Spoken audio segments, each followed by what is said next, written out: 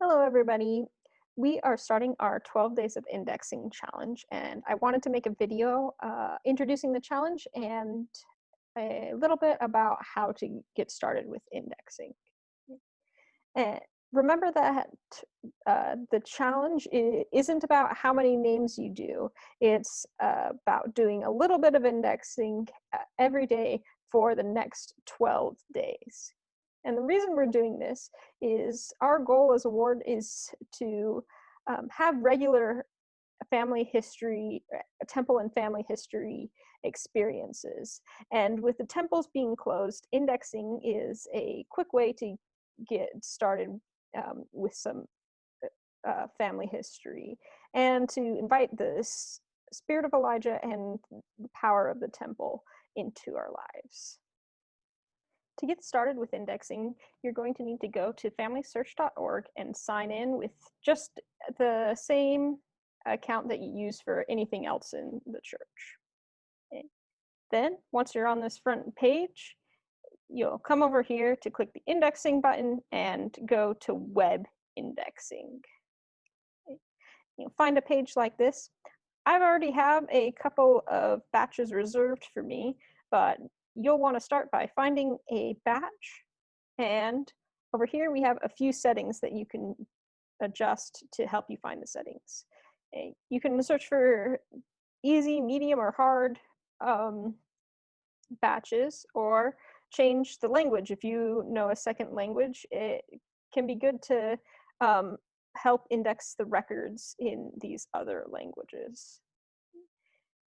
With English, you might find that there isn't any beginning level batches, but don't be too afraid of these intermediate ones. It just means that you're going to have to think a little bit harder about where to find the information that they're looking for.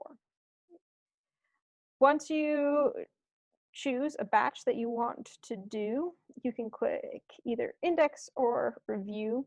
I would start by doing indexing. Okay. And you will open up one of the batches. And to start with, you'll get some options like this, and you'll also have the project instructions open. Okay. So these project instructions will give you more information about the specific tasks that you are working on. And down at the bottom, I like to look at these how to index the specific record. And it opens up and tells you exactly where you'll find the different information that you're looking for. So where to find the birthdays and date of times. It might not be exact, but it can be useful to look at if you get a little bit stuck on what they mean for a specific data point. Okay. But your first task is going to be to decide if this record needs to be indexed. As long as it's not a duplicate image, so I have two images here. If one of them was the exact same as the other, then I would say it's a duplicate image. And no extractable data means there isn't actually a name of a person to be indexed. Okay.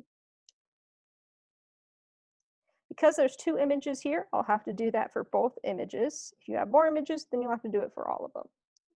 Then you'll see a data form a little bit like this one. And because there is only one person on this for this record, I only need to fill in one entry. So there's one entry per person.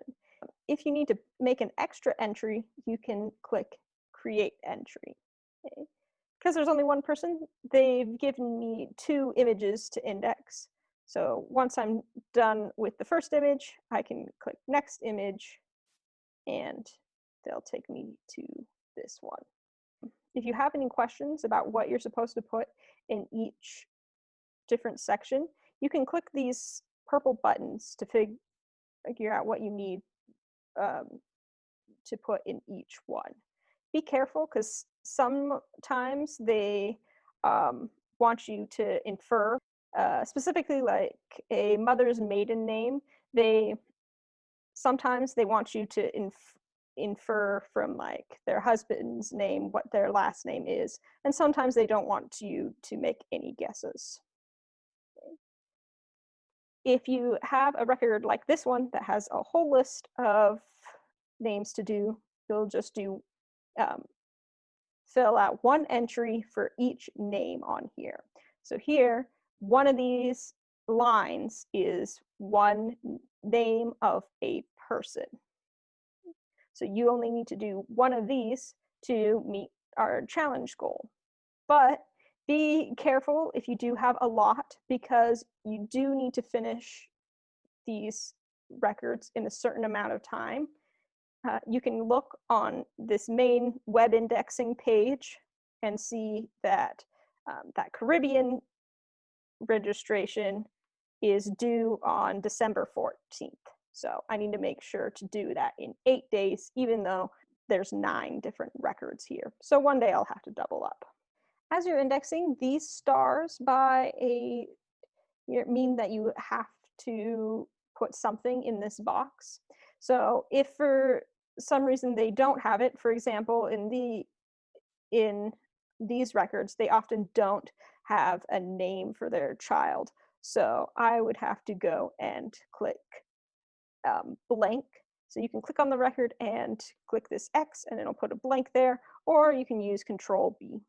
Remember as you're doing this that each batch is reviewed by another person. So if you aren't super sure about something, try your best and to fill it in correctly.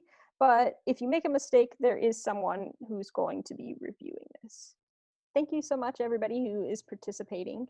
If you have any questions, be sure to reach out to me or to Kokimoto, and we'll be sure to answer any of the questions that you have about indexing or family history in general. Thanks.